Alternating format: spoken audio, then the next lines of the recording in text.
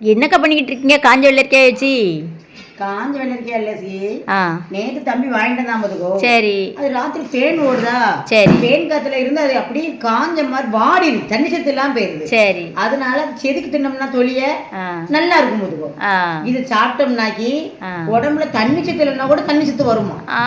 சிலவங்களுக்கு நீர் கடுப்பு இருக்குல்ல, இந்த வெள்ளரிக்காய் தின்னோம்னா நீர் கடுப்பு கேட்கும். அப்படியா? ஆமா, ஏன்னா தண்ணி குளிர்ச்சி தானே இது.